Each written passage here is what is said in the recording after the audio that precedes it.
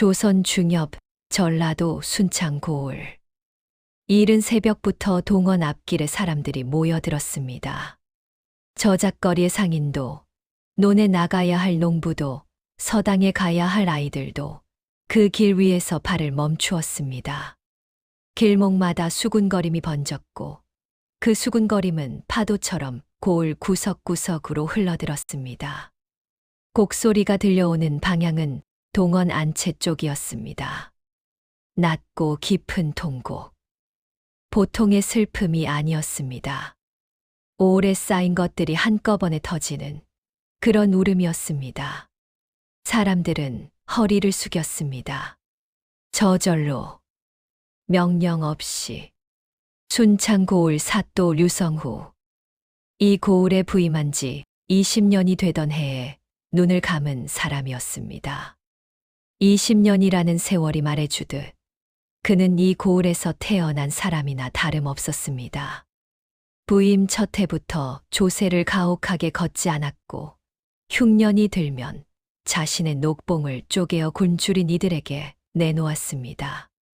탐관오리들이 득실거리던 시절에도 류성후만큼은 깨끗하다는 말이 끊이지 않았습니다.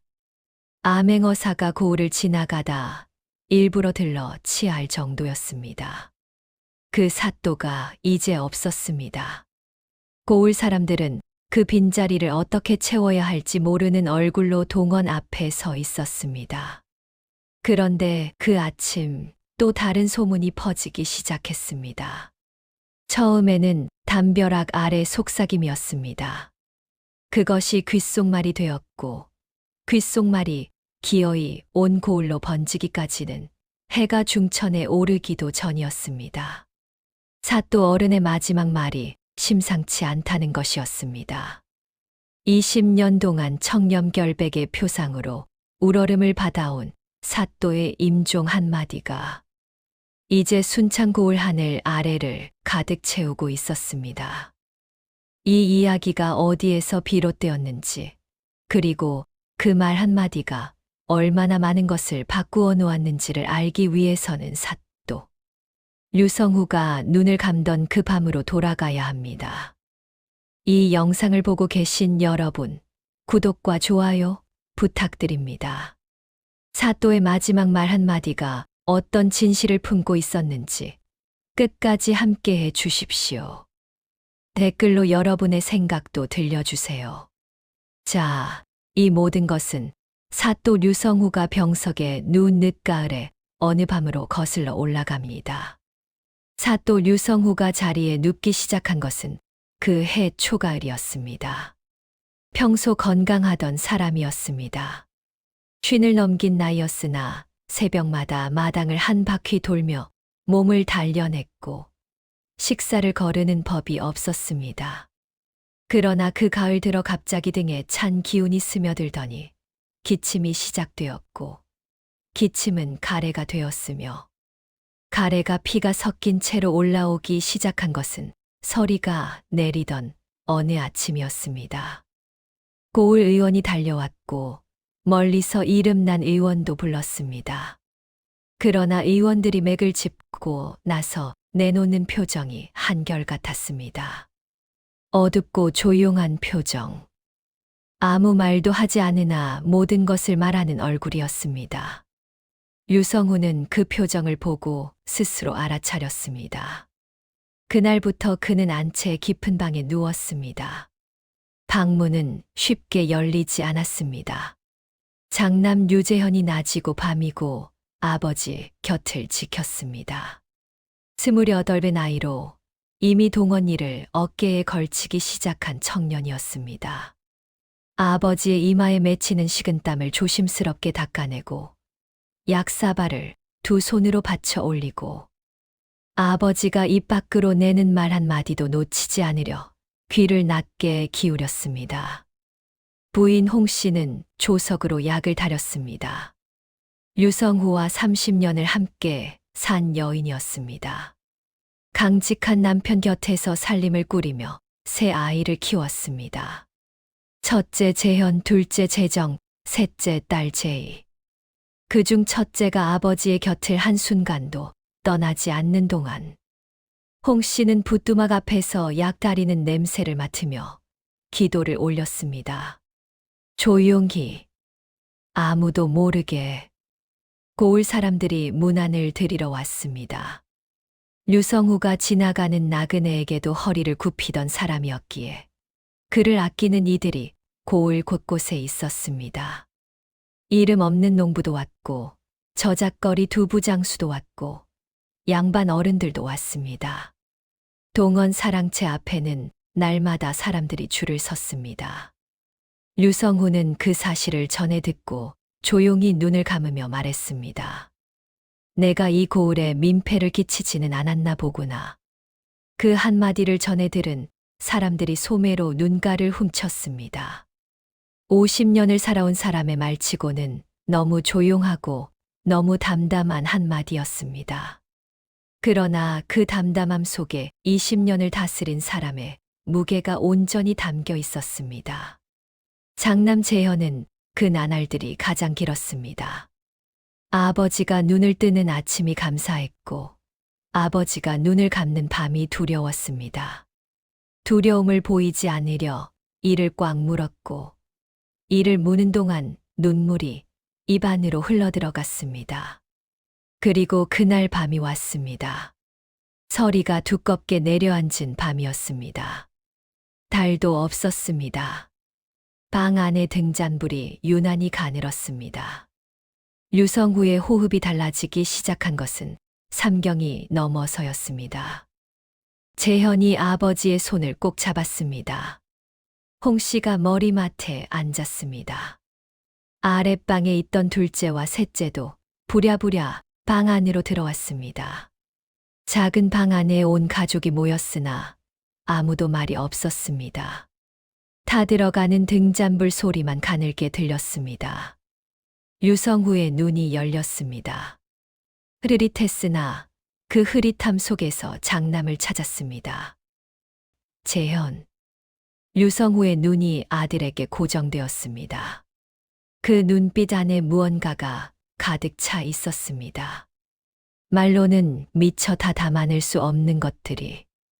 입이 열렸습니다. 목소리는 바람 한 줄기처럼 가늘었습니다. 한마디를 꺼내는 때 숨이 2번 끊겼습니다. 그 아이는 내 핏줄이 아니다. 그리고 류성우의 눈이 감겼습니다. 영영. 방 안이 한순간 굳어버렸습니다. 홍 씨의 입에서 낮은 울음이 새어 나왔습니다. 재현은 아버지의 손을 잡은 채로 꼼짝을 하지 않았습니다. 아버지의 손이 서서히 식어가는 것을 느끼면서도 그 말의 의미를 머릿속에서 지우려 했습니다. 지워지지 않았습니다. 그 아이는 내 핏줄이 아니다. 그 아이. 아버지는 누구를 말한 것입니까? 방 안에 있는 자식 중 하나를 가리킨 것입니까? 그렇다면 누구를? 재현은 자신의 이름이 먼저 불렸다는 것을 알고 있었습니다. 아버지가 눈을 뜨자마자 찾은 것은 장남인 자신이었습니다.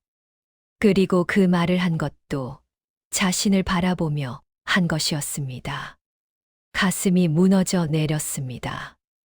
그날 밤 류성우의 곡소리가 안채 밖으로 새어 나왔고 이른 아침이 되기 전에 그 소식은 고을 전체로 퍼져나갔습니다. 사또가 돌아가셨다는 소식과 함께 사또의 마지막 말도 함께 사또의 장례가 치러지는 사흘 동안 순창고을은 둘로 쪼개졌습니다. 한쪽에는 류성우의 죽음을 진심으로 애도하는 사람들이 있었습니다. 상청에 와서 곡을 올리고 제물을 내놓았습니다. 20년 동안 류성우가 베푼 덕이 고을 곳곳에 남아 있었으니 그 덕을 입은 사람이 한둘이 아니었습니다. 그러나 다른 한쪽에서는 속삭임이 멈추지 않았습니다. 사또의 장남이 핏줄이 아니라는 것이었습니다. 어미가 부정을 저질렀다는 것이었습니다. 청렴하다던 사또 집안에도 그런 흠이 있었다는 것이었습니다. 속삭임은 점차 커졌습니다. 고을 어른들 중에 류성우를 못마땅하게 여기던 자들이 있었습니다.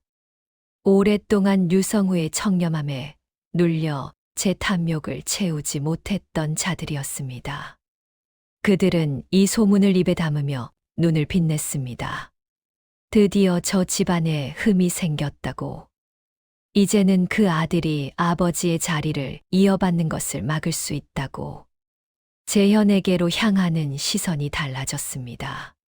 장례가 끝나고 나서 재현은 혼담이 들어와 있던 집안에서 사람이 왔다는 말을 들었습니다. 혼담을 거두겠다는 전갈이었습니다. 이유는 설명하지 않았으나 이유는 분명했습니다. 동원에서 아버지를 이어 고을리를 보려 했던 계획도 흔들렸습니다. 상급 관아에서 사람이 내려와 유성우의 후임을 다른 곳에서 내려보내겠다고 했습니다. 핏줄 논란이 있는 집안의 아들에게 관직을 잇게 할 수 없다는 것이었습니다. 서면으로 적힌 것은 아니었으나 행간은 명백했습니다. 고을 사람들이 재현의 앞을 피해 다니기 시작했습니다.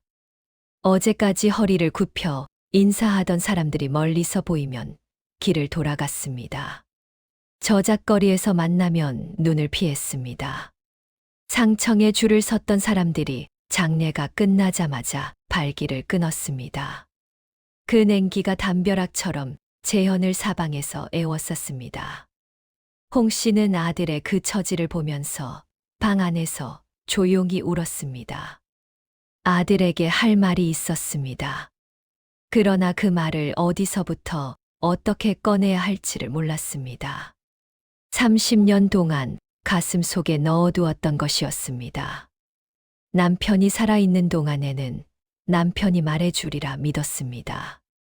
자식들 앞에서 스스로 이야기해 주리라 믿었습니다. 그런데 남편은 그 말을 채 끝내지 못하고 눈을 감았습니다. 끝맺지 못한 말이 이제 고을 전체를 유령처럼 떠돌고 있었습니다. 어머니의 침묵이 아들에게는 칼이었습니다.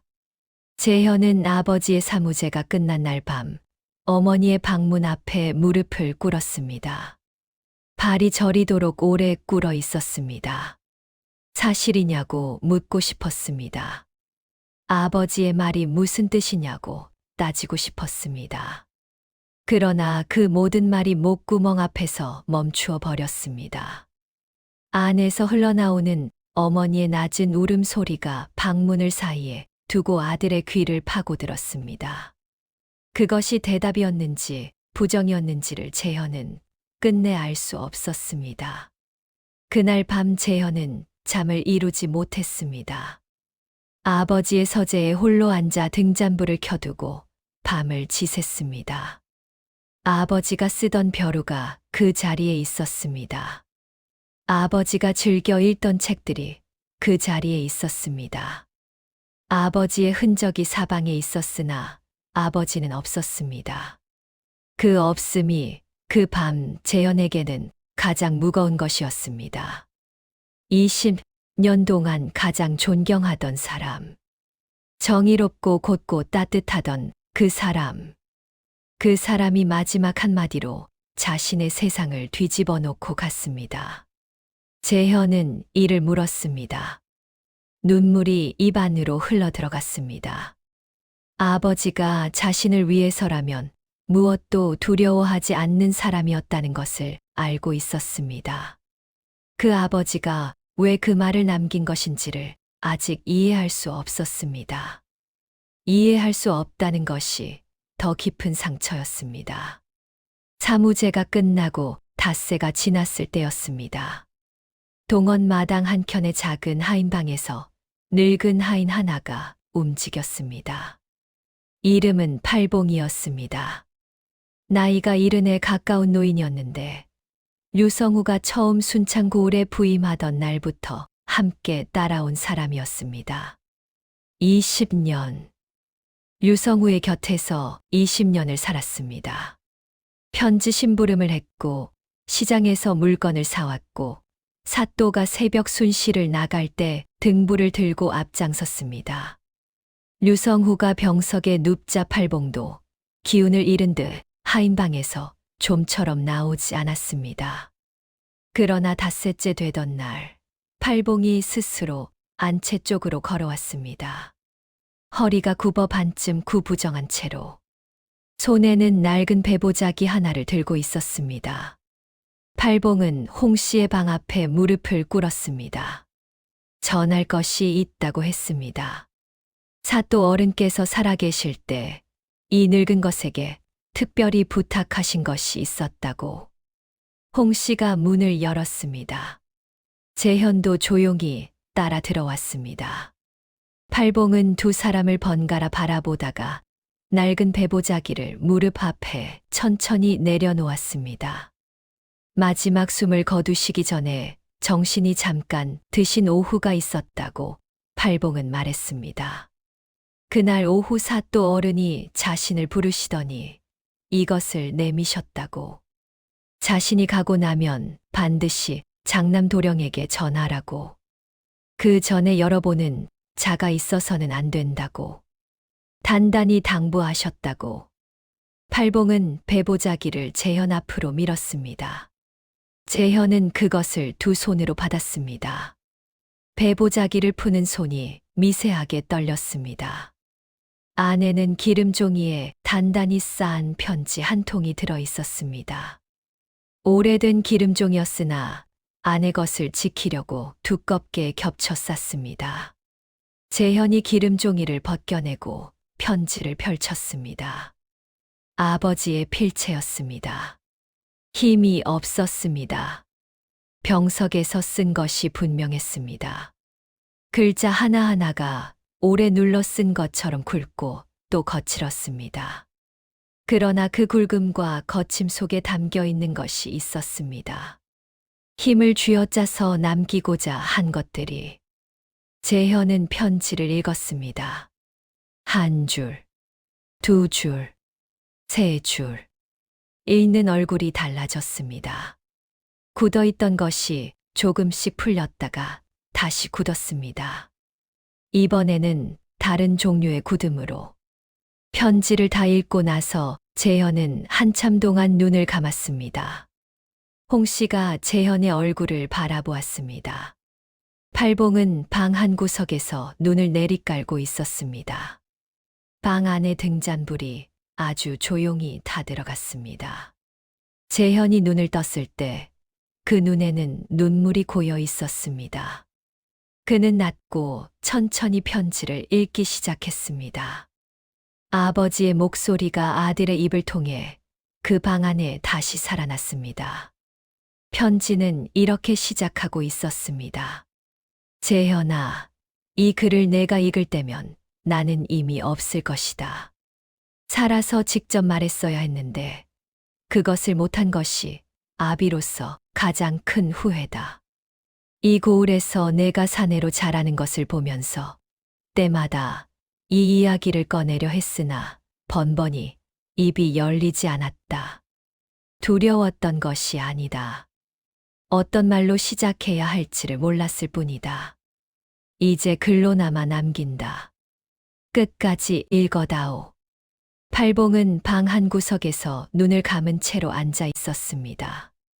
홍 씨는 무릎 위에 놓인 손이 떨렸으나 눈을 감지 않았습니다.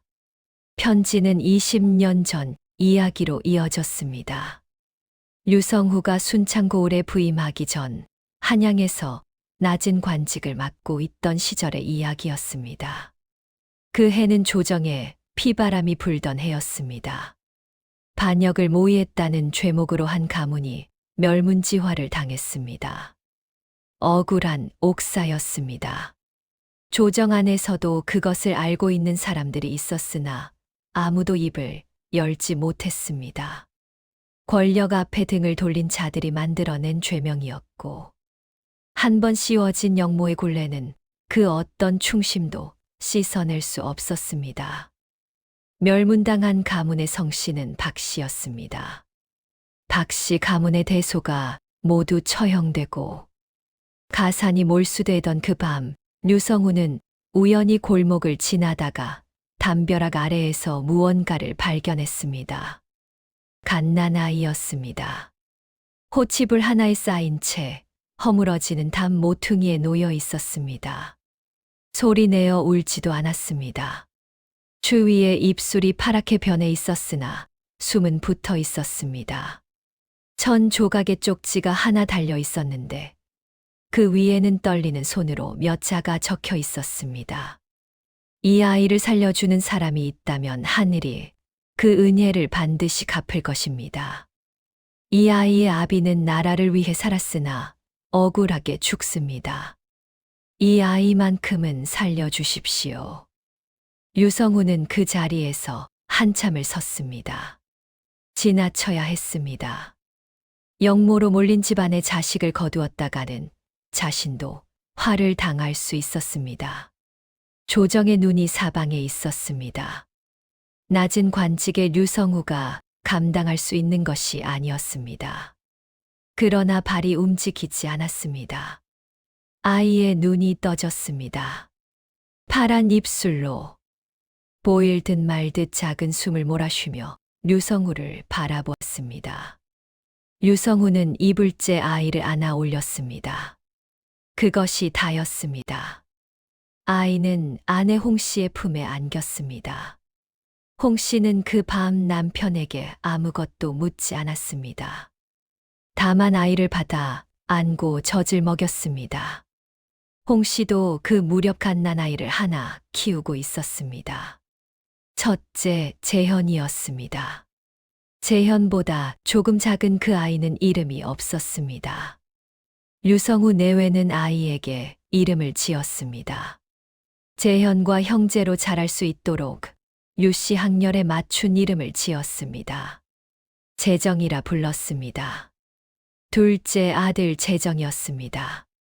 재현이 편지를 읽다가 손을 멈추었습니다. 홍 씨의 손이 무릎 위에서 떨렸습니다. 팔봉이 조용히 고개를 숙였습니다. 편지는 계속되었습니다. 아비는 그 결정을 단 한 번도 후회하지 않았다. 박 씨 가문이 억울하게 당한 것을 알면서 그 아이를 지나쳐버렸다면 아비는 평생 사또라는 이름이 부끄러웠을 것이다. 그러나 두 가지를 지키지 못한 것이 한이 된다. 하나는 재정이에게 직접 말해주지 못한 것. 둘은 죽는 날까지도 이 고을에서 닦아온 것들을 재정이에게 물려줄 방도를 찾지 못한 것이다. 재현아, 내가 대신해다오. 편지가 끝났습니다. 방 안에 긴 침묵이 내려앉았습니다. 홍 씨는 20년 동안 가슴에 담아두었던 것이 드디어 제자리를 찾아가는 것을 느꼈습니다. 눈물이 볼을 타고 내려왔으나 닿지 않았습니다. 남편이 살아있는 동안 그 말을 꺼내주기를 기다렸습니다. 그러나 남편은 끝내 꺼내지 못했습니다. 그리고 이제 그 말이 편지가 되어 아들의 입을 통해 이 방 안에 살아났습니다. 재현은 한참 동안 아무 말도 하지 않았습니다. 창밖으로 바람이 지나갔습니다. 낙엽이 마당을 굴렀습니다. 재현의 머릿속에서 28년의 기억들이 한꺼번에 펼쳐졌습니다.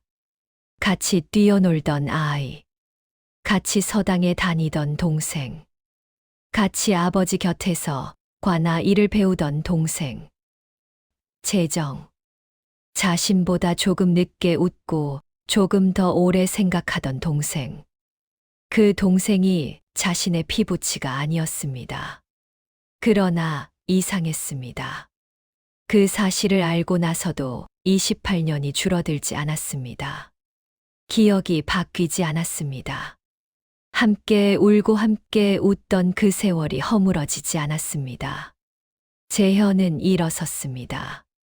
재정은 그 무렵 사랑채 구석방에 혼자 앉아 있었습니다. 아버지가 돌아가신 뒤로 재정은 밥을 제대로 먹지 않았습니다. 고을 사람들이 수군거리는 말이 담벼락 너머에서 들려올 때마다 방문을 닫고 앉았습니다. 자신을 향한 말인지 형을 향한 말인지 알 수 없었으나 어느 방향이든 가슴을 찌르기는 마찬가지였습니다. 아버지의 마지막 말이 누구를 가리킨 것인지 재정은 스스로 물어본 적이 없었습니다.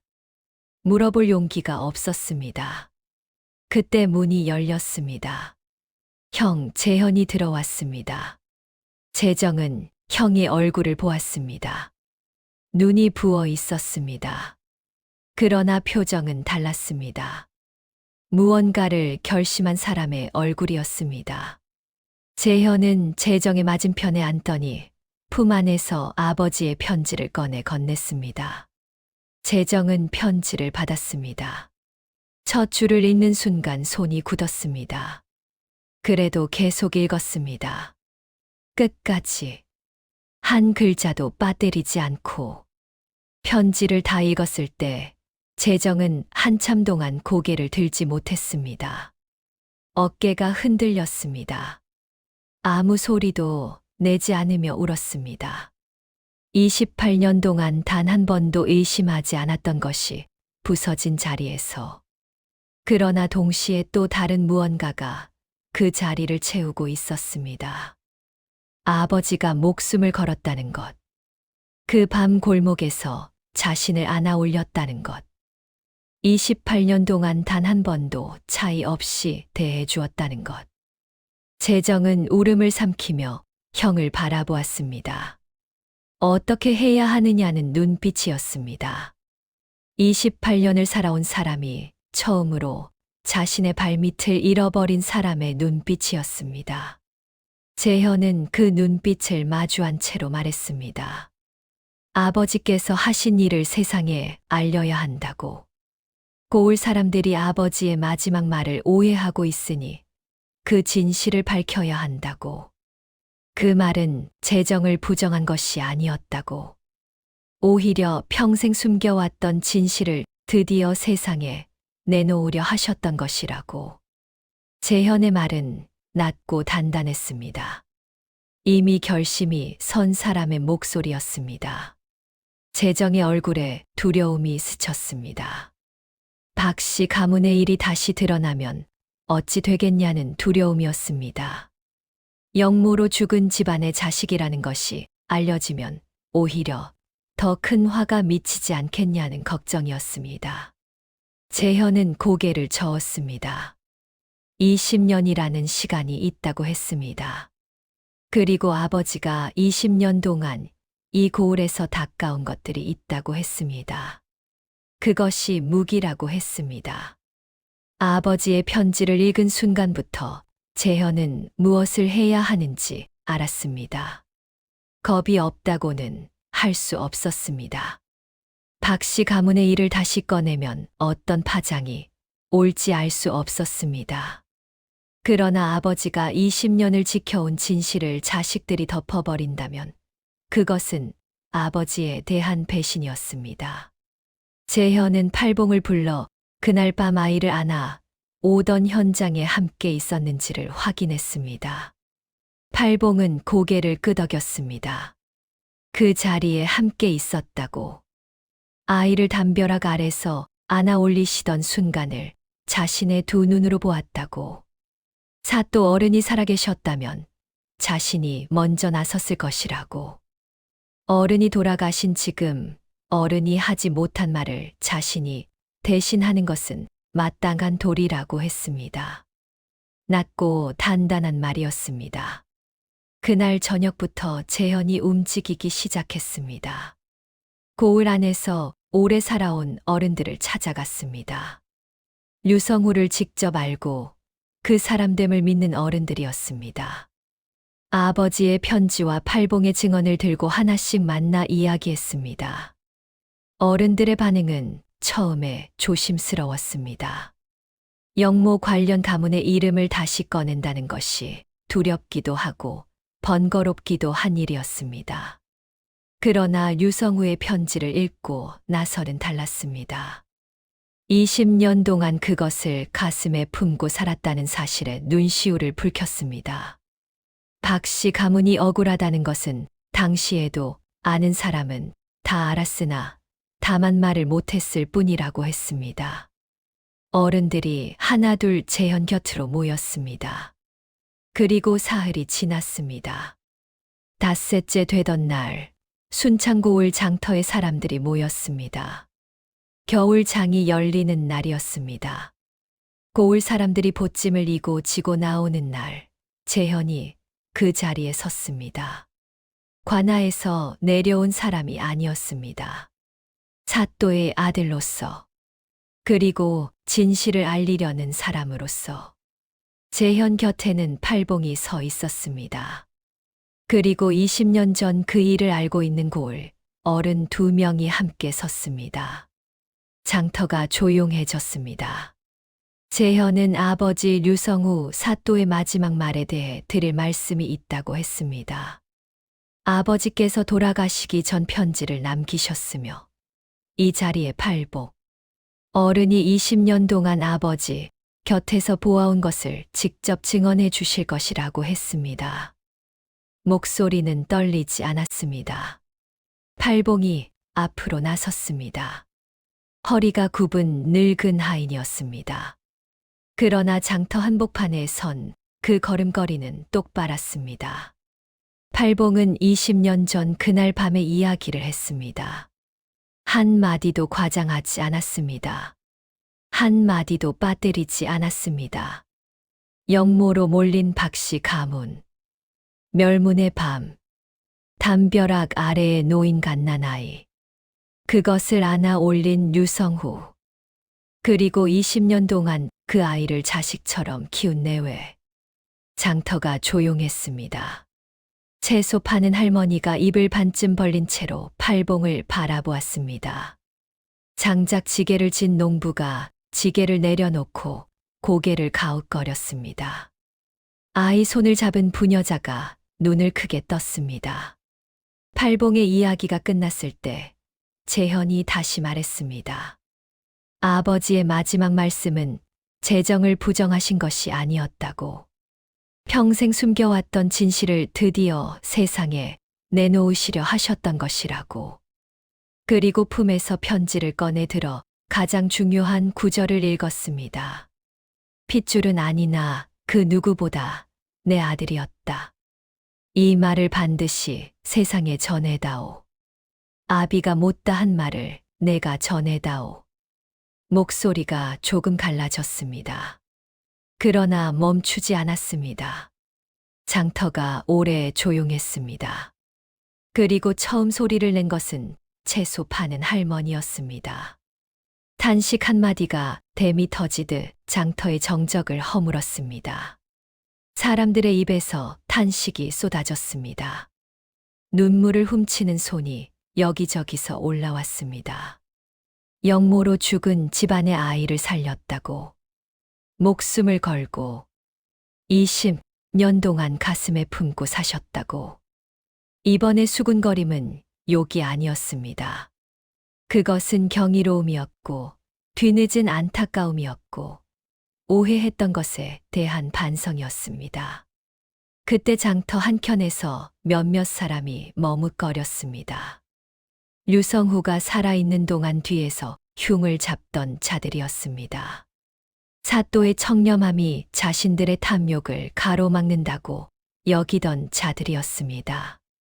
그들은 이 소식이 퍼지는 것을 막으려 했으나 이미 장터 전체가 그 이야기를 듣고 있었습니다. 고을 어른 하나가 그들을 향해 돌아보며 말했습니다. 소문을 퍼뜨려 무엇을 얻으려 했느냐고. 20년 동안 그 사실을 가슴에 담고 살면서도 단 한 번도 자랑하지 않으신 어른이셨다고. 그분이 가신 자리에서 해온 짓거리가 부끄럽지 않느냐고. 그들은 눈을 피했습니다. 그리고 하나둘 장터를 빠져나갔습니다. 재현은 그 모습을 바라보지 않았습니다. 재정을 찾았습니다. 재정은 사람들 속에 끼지 못하고 장터 어귀에 홀로 서 있었습니다. 이 모든 일이 자신을 위한 것임을 알면서도 감당하기가 어려워 한 발 물러서 있었습니다. 28년을 살아온 사람이 하루아침에 자신의 뿌리가 달라졌다는 것을 받아들이는 일은 기쁨과 슬픔이 뒤섞인 채로 가슴을 가득 채우는 일이었습니다. 재현이 다가가 재정의 어깨에 손을 얹었습니다. 재정이 형을 바라보았습니다. 눈이 붉었습니다. 재현은 조용히 말했습니다. 아버지가 목숨 걸고 살린 아이가 너다. 이제 고개를 들어라. 재정은 오래 형의 얼굴을 바라보았습니다. 그리고 천천히 고개를 들었습니다. 처음에는 힘겹게, 그러다가 조금씩 똑바로. 장터 사람들의 시선이 두 형제를 향했습니다. 그 시선 속에 아까와는 다른 것이 담겨 있었습니다. 연민이 아니었습니다. 경외였습니다. 아버지가 남긴 것이 자식들에게 이어지고 있었습니다. 팔봉이 멀찍이 서서 두 사람을 바라보았습니다. 그 눈에서 눈물이 흘렀습니다. 닦지 않았습니다. 사또 유성후가 돌아가신 뒤 20년을 가슴에 품어왔던 것을 이 늙은 하인이 드디어 내려놓고 있었습니다. 그로부터 세월이 흘렀습니다. 강산이 한 번 바뀐다는 10년이 지났을 때 순창고을에는 두 가지 기억이 나란히 살아 있었습니다. 하나는 유성후 사또의 기억이었습니다. 그를 기억하는 사람들이 세운 비석이 동원 앞에 하나 섰습니다. 고을 사람들이 스스로 돈을 모아 세운 것이었습니다. 비석에는 긴 글귀가 없었습니다. 다만 한 줄이었습니다. 백성을 자식처럼 여긴 사또 유성후. 고을을 오가는 사람들이 그 비석 앞에서 발걸음을 멈추고 허리를 굽히는 것이 20년이 지나도 계속되었습니다. 또 하나의 기억은 재정의 이야기였습니다.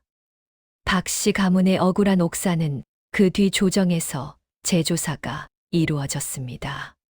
세월이 흐르면서 당시의 진실을 말할 수 있는 분위기가 조금씩 만들어졌고, 재현이 수차례 상소를 올린 끝에 박씨 가문의 명예가 회복되었습니다. 완전하지는 않았습니다. 죽은 자는 돌아오지 않았고, 허물어진 집안은 다시 세워지지 않았습니다. 그러나 적어도 영모라는 이름은 지워졌습니다. 재정은 자신의 원래 성씨가 박씨라는 것을 알게 되었습니다. 그러나 재정은 성씨를 바꾸지 않았습니다. 류씨로 살겠다고 했습니다. 자신을 살린 아버지의 성씨로, 28년을 함께 산 형의 성씨로, 그것이 자신의 이름이라고 했습니다. 재현은 그 말을 듣고 아무 말도 하지 않았습니다. 다만 동생의 어깨를 한 번 꽉 쥐었습니다. 그것으로 충분했습니다. 족보는 다시 쓰지 않았습니다. 그러나 유성우의 이름 아래 작은 글씨로 한 줄이 더해졌습니다. 홍 씨가 직접 붓을 들었었습니다. 손이 떨렸으나 글씨는 단정했습니다. 의로써 이은 아들 재정. 그 한 줄이 족보 위에서 마르는 동안 홍 씨는 붓을 내려놓고 눈을 감았습니다. 남편이 하지 못한 일을 자신이 마무리했다는 것을 알았습니다. 늦었으나 늦지 않았습니다. 팔봉은 그 이후로도 오래 살았습니다. 80이 넘어 걷지 못하게 될 때까지 동원 마당의 노인방에서 지냈습니다. 재현이 매일 아침 인사를 왔고 재정이 끼니마다 밥을 챙겼습니다. 팔봉은 그때마다 손을 내저으며 이런 대접은 당치 않다고 했으나 눈가가 늘 촉촉했습니다. 팔봉이 임종을 앞두었을 때 재현이 곁에 앉아 있었습니다. 팔봉은 한참 천장을 바라보더니 낮고 또렷하게 말했습니다. 스스로 꺼낸 말이었습니다. 아무도 묻지 않은 말이었습니다. 아버지 사또 어른이 가장 자랑스러우셨던 순간은 그날 밤 골목에서 아기를 안아 올리시던 순간이라고 했습니다. 그분은 그때 이미 두려운 줄 아셨다고, 다리가 조금 떨리는 것을 자신이 보았다고, 그래도 안아 올리셨다고, 재현은 눈을 감았습니다. 그리고 조용히 말했습니다. 두렵다는 것을 알면서도 옳은 것을 하는 사람이 그것이 진짜 사또입니다. 팔봉이 조용히 웃었습니다. 그것이 팔봉의 마지막 웃음이었습니다. 순창고을 사람들은 수십 년이 지나도 류성우 사또의 이야기를 입에 올렸습니다. 청렴했다더라. 영모 집안 아이를 살렸다더라. 20년을 말 한마디 없이 품었다더라. 마지막에도 결국 진실을 남기셨다더라. 아이들이 그 이야기를 들었고 그 아이들이 자라서 자기 아이들에게 그 이야기를 전했습니다. 그 이야기 속에는 언제나 같은 교훈이 담겨 있었습니다. 사람의 가치는 핏줄에 있지 않습니다. 무엇을 두려워하면서도 했는가에 있습니다. 그리고 그것을 말하지 않고도 20년을 살아갈 수 있는 사람이 진짜 어른입니다. 동원 안채 마당 한켠에 늙은 느티나무 하나가 있었습니다. 류성후가 부임하던 해에 손수 심은 나무였습니다. 그 나무는 재현이 늙어서도 재정이 백발이 되어서도 여전히 그 자리에 서 있었습니다. 봄이면 새 잎을 내고 가을이면 노랗게 물들고 겨울이면 앙상하게 가지만 남아 서 있다가 다시 봄이 오면 또 새 잎을 냈습니다. 그 나무 아래에서 재현과 재정이 나란히 앉아 있는 모습을 고을 사람들이 종종 보았습니다. 두 사람은 말이 없었습니다. 다만 나란히 앉아 같은 방향을 바라보고 있었습니다. 핏줄로 이어지지 않았으나 어떤 핏줄보다 깊게 이어진 두 사람이었습니다. 사또 류성후가 남긴 것은 많지 않았습니다. 재산도 없었고 벼슬도 낮은 채로 생을 마쳤습니다. 남긴 책도 없었고 제자도 따로 없었습니다. 그러나 그가 남긴 것이 하나 있었습니다. 두려움을 알면서도 옳은 것을 했다는 기억. 그리고 그 기억이 자식에게, 자식의 자식에게, 고을 사람들에게, 그 고을을 지나는 나그네에게까지 전해지는 이야기. 가문은 핏줄로 이어지지 않았습니다. 의로 이어졌습니다. 그것이 사또 류성후가 마지막 한마디로 세상에 남기고 싶었던 전부였는지도 모릅니다. 그 말은 완성되지 못했습니다. 그러나 자식들이 완성했습니다. 그리고 그 완성이야말로 이 세상에서 가장 오래가는 유산이었습니다.